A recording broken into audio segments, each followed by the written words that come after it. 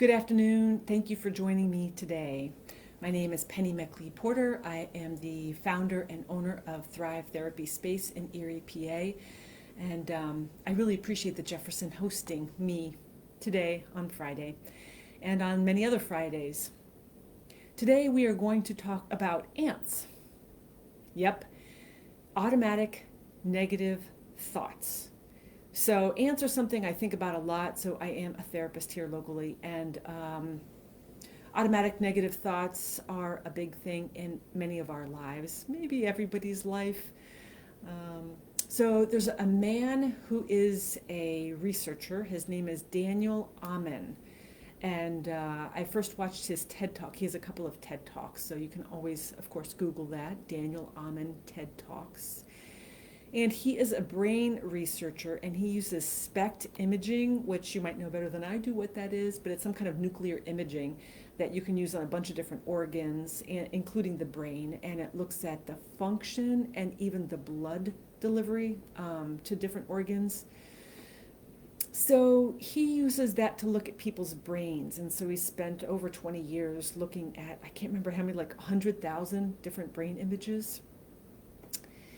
So he looks at brain images to see the function, and he can tell what parts of the brain are functioning well. So like, for example, if I had a really bad concussion at some point in my life and I got hit really hard right here, then it's actually quite likely that the blood delivery to that area of my brain is not as vibrant as it is to other areas of my brain. So watch his talk to learn a lot more about it. But since he researches the brain, his area of specialty is how to keep our brains healthy. And he's identified a bunch of different things. And so some of them won't surprise you at all. Okay, how do we keep our brain healthy? One is to be socially connected to people. Being socially connected, it's actually so helpful to our brain and to our psyche, and to our mental health, and even to our physical health. Another is to keep learning new things, right? They talk about that a lot. If we can keep learning new things, it keeps challenging our brain. It helps us make new connections in our brain. Having a good diet is important, including, he says, no alcohol. Like, I know he even talks about this. Many of us think that having a glass of red wine is a good thing. He says actually for your brain, maybe that's good for your heart, but for your brain, no alcohol is actually better, or at least a reduced amount of alcohol. Getting good sleep, nobody's surprised about that. Actually getting good exercise helps to keep our brain healthy and keep a lot of blood flowing in our brain, right? Being physically healthy, meditation is good, having a gratitude practice. So none of those may surprise you.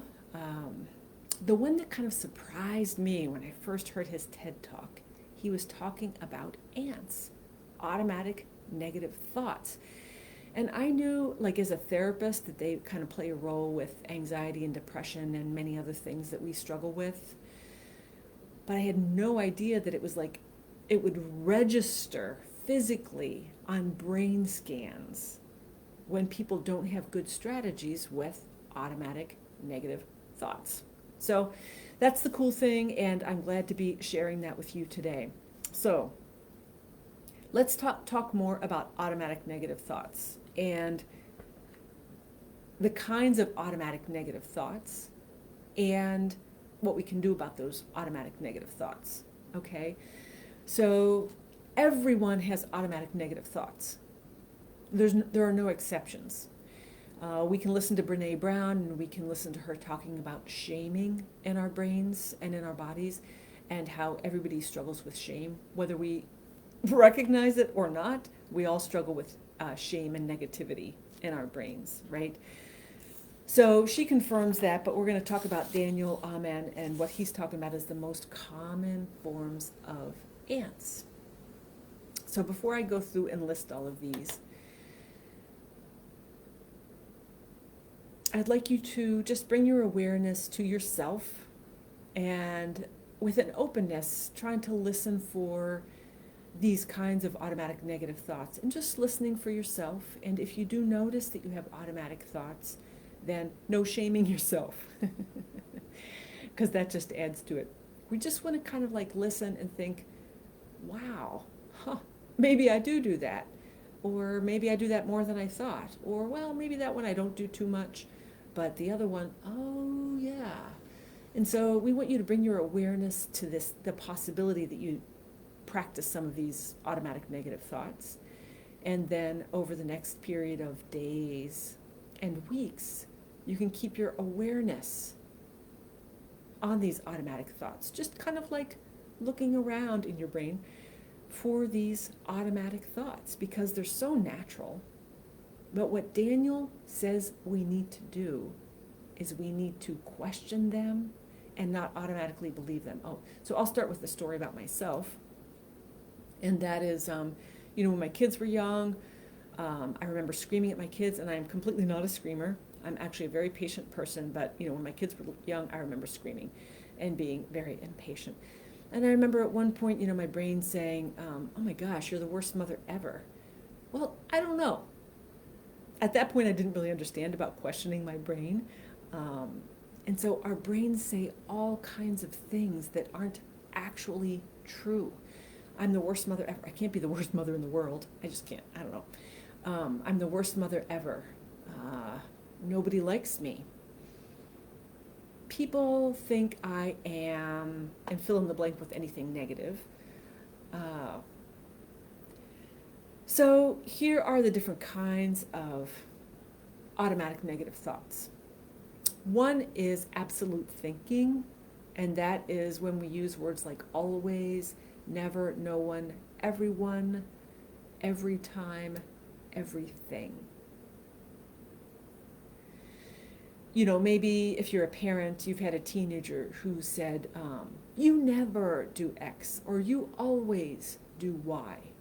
And, we don't really like when other people use that kind of phrasing with us, because it pretty much can't be true, because I'm not 100% consistent. But we can use that with ourselves. I always am bad at this, or I can never catch on. It'll never work. Everyone didn't like my presentation, or no one liked my presentation, or everyone thought it was stupid. Using that absolute language is a thing in our lives, and it doesn't really represent the truth accurately. Another is focusing on the negative, when you can only see the bad in a situation. And, we can focus on the negative partly because maybe we're used to it, partly because we've had some really difficult things happen in our lives, maybe partly because our parents or one of our parents focused on the negative. There can be all kinds of different reasons. We don't have to sit here and analyze the reasons that we can focus on the negative. But it can be kind of a habit in our lives to focus on the negative. And then when we're focusing on the negative, so let's say we have a situation in front of us, or we've had situations in our lives where some negative things have happened, then we don't want to discount that negative things have happened, or there can be a negative element to things. But what can happen is we can focus on this negative pile, and then there really can be some other positive things that happened at the same time. So maybe I had some difficulty in my presentation that I gave recently, or someone was recently telling me about having done an interview, and she was talking about there was a couple of difficulties that she had. But as we explored it, there were a couple of difficulties and a couple of ways that she had thought it could have gone better.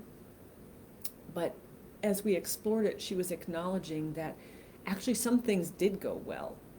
And the feedback that she got from some trusted people in her life was that things did go well.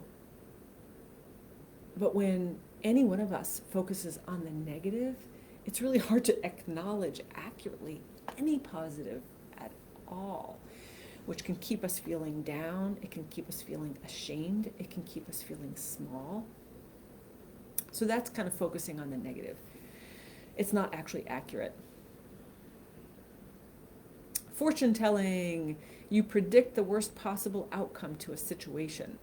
So fortune telling is, it's a form of fear, Because we really can have fear or anxiety about a situation, right? And so our brain can go off to the worst case scenario. If I'm worried about one of my kids and whatever I'm worried about, I could be worried that something bad's going to happen, or something good will never happen, or a decision that they're making is going to have negative ramifications in their life, right?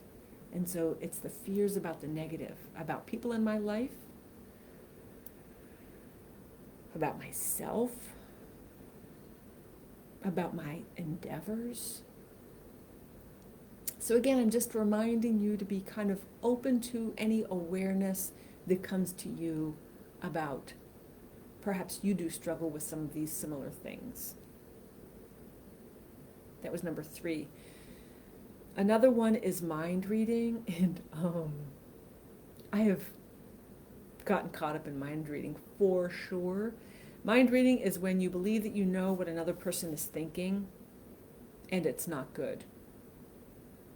Even though they haven't told you what you're thinking, what they're thinking, and you didn't even ask. So sometimes we're sure that we know what our partner or our children or someone we've worked with for a long time, sometimes we're pretty sure we know what they're thinking, what their motivations are. Like, you know what I mean? Like their motivations, like, oh, she just wants to undermine everything or whatever. You know, our brains can be pretty negative about that. That's one example where we can project onto other people motivations. But how about another one where if I'm,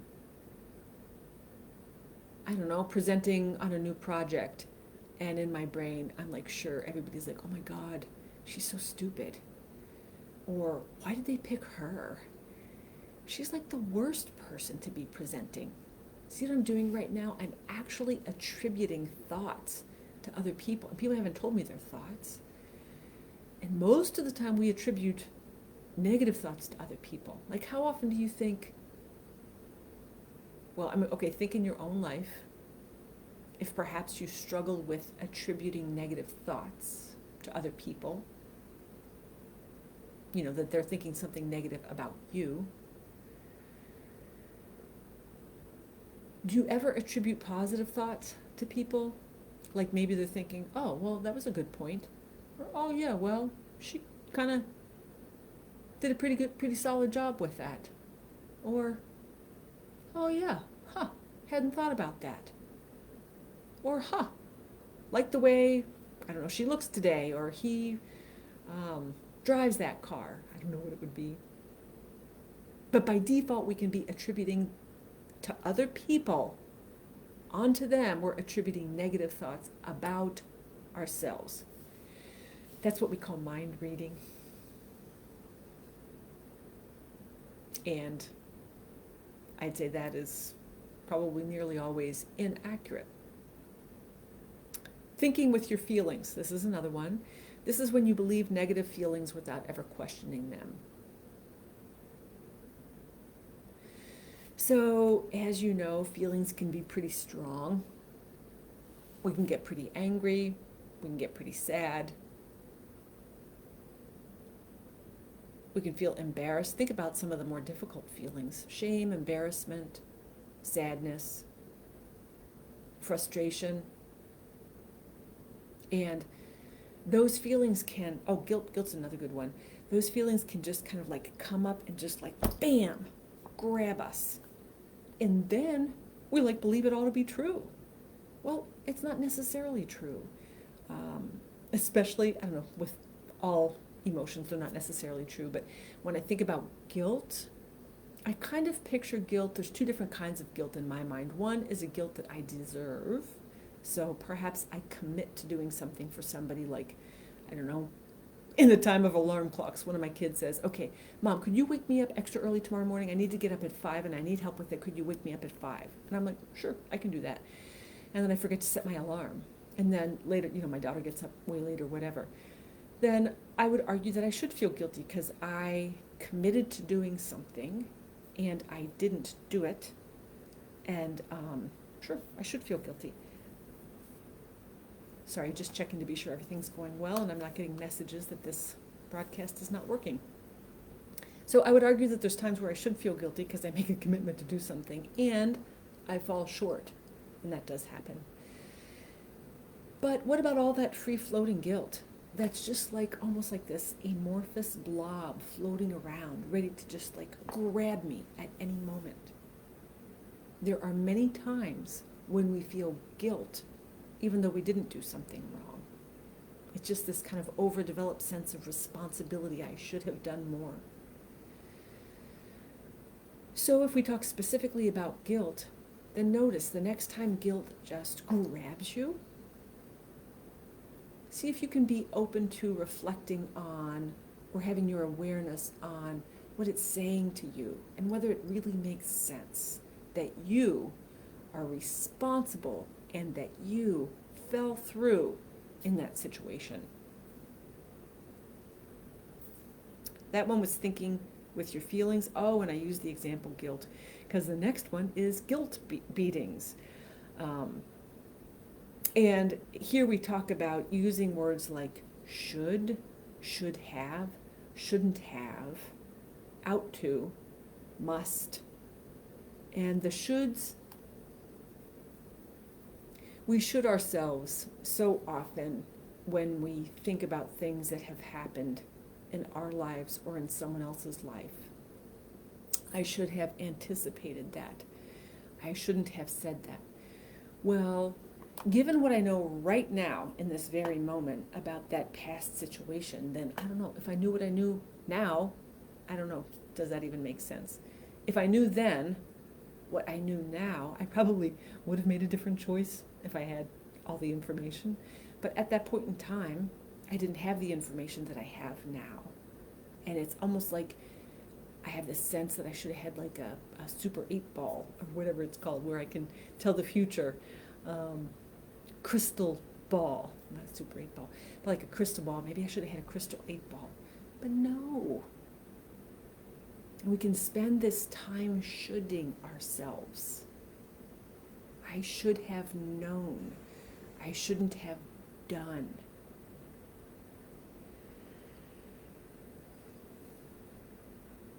But what if, in any given moment, we're doing our best? Labeling, that's when we attach a negative label to ourselves or someone else. It's not helpful. I'm an idiot. I'm dumb. That person's an idiot. That person's the worst driver I've ever seen. The labels don't help because we're basically judging ourselves or others. And when we judge ourselves, it keeps us locked in shame. And when we judge others, that keeps us locked in shame too, because we use every bit of judgment we use on other people, we use on ourselves, if not more. So labeling negatively doesn't end up helping our own spirit and our own brain. Personalization, this is when we take something that's relatively innocent and take it to have a personal or negative meaning. And so if somebody, I don't know, slams the door as we're coming in, they kind of close the door in our face. We can take it personally as they don't care about us, they don't like us, they don't want us to be in this meeting. And though there is a possibility that it's personal, there's a huge possibility that they were distracted, that they weren't paying attention, that they would feel embarrassed if they realized they had just actually slammed the door right in our face and they could have just held it for us. So our brain can personalize things, because things do feel personal, because we often end up feeling hurt, which makes us then feel angry or frustrated. So we can take things personally, and many things aren't personal.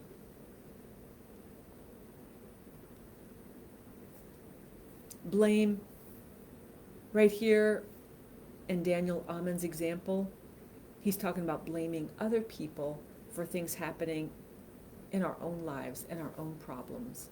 And There can be times where, like maybe in my relationship with my spouse, I am so upset by their behaviors and kind of blaming them for the situation. And then that can get me kind of caught up in this blame cycle where I'm not really kind of recognizing that I have some kind of a role in it. Maybe I'm enabling some kind of behavior, or I'm not aware of some things in my own psyche. But the blame can be a lot of negativity and blame that I'm pushing on a situation. And actually, it's a lot healthier that I try to heal myself. And if you want to ask me, like in this very moment, how to heal yourself, one of the best ways is to focus on these 9 types of automatic negative thoughts and extricate ourselves from these automatic negative thoughts so they become less automatic, or so that we can question them when they do arise. Always remember that thoughts are simply thoughts. They're not the truth. If I have the thought, my mother hates me, I don't know, that's a thought. It's not necessarily true. It's a very difficult thought, but it's not necessarily true. So let's talk about what to do, and then we'll just do a brief mindfulness exercise. One is, of course, I'm going to say this. One of the things we can do is increase our awareness, which is why we had this whole discussion today. We want to increase our awareness of automatic negative thoughts. Another is to challenge the automatic negative thoughts. Kind of just divert our mind. We can kind of question it. There's all kinds of strategies to do this, and you can do some reading online about automatic negative thoughts if you'd like more information. Another is to replace it with a more positive and affirming thought. So if my automatic negative thought is, oh my God, people are going to hate this, or people think this is really dumb, or, well, now you've just rambled on and on and on for 20 minutes. People must be so sick of listening to you. That's an actual negative thought. Then perhaps I can replace it with something positive, like, oh, people are just loving this. Although that feels like a stretch to me, because I don't know, and it's really hard to embrace or just affirm myself in that way. Another thing to do is replace it with something more neutral. So instead of, oh my God, people are hating this, maybe I could say, maybe some people aren't liking it, maybe some people are liking it. And so that could be more neutral. Or if my brain is going to how negative people are perceiving, I don't know, this talk right now, then perhaps I can just bring my awareness to the present moment, so I'm not fueling that thought and feeding that thought in my anxious brain. Or maybe I can say something positive and say, okay, hopefully some people are getting something out of this. And so let's take a couple of minutes here. I'd like you to close your eyes and bring your awareness to your breath. Your whole chest cavity expanding and contracting. You don't have to change anything, you're just noticing your breath. Noticing the movement of your body with each breath.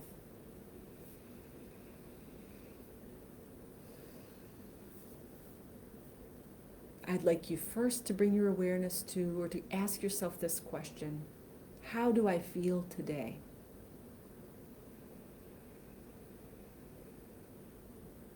And listen to any emotions that come up.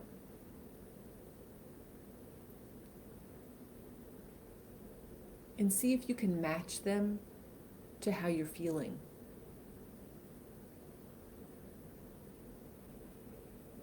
Maybe you can get an emotion or emotions or phrase to match how you're feeling.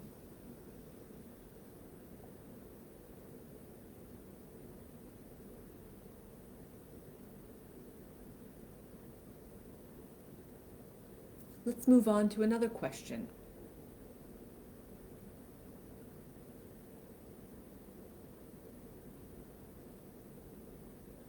Let's imagine a situation where you are somehow in a relatively public situation, maybe it's at work or anywhere, and you make a mistake. I want you just to kind of bring your awareness to that sense. Okay, you just made a mistake. Bring your awareness to your body and what you feel in your body. So there can be feelings in your body, sensations. You may be able to bring your awareness to an emotion that you have when you made a mistake. Possibly disappointment in self, frustration, anger at self, sadness, shame, disappointment,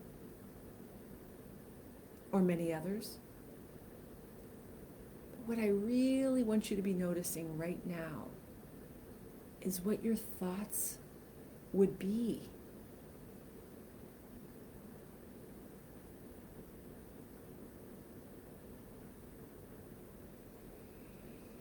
What kind of negative thoughts might you have when you make a mistake?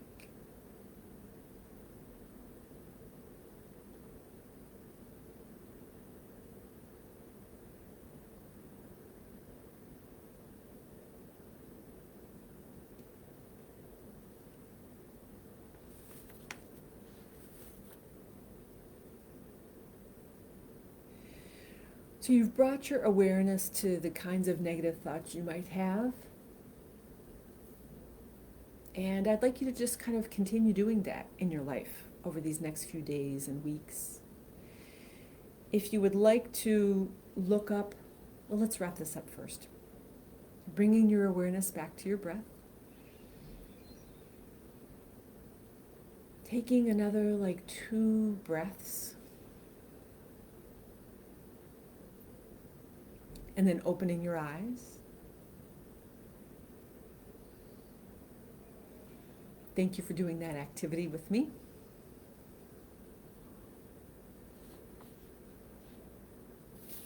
So I'd like you to kind of keep doing this as best as you can without shaming yourself. And if you'd like more resources, I suggest you just Google Daniel Amen, A-M-E-N, TED Talks, and listen to a couple of those. And then there's an article from Inc. magazine called How to Stop Negative Thinking with 3 Simple Steps.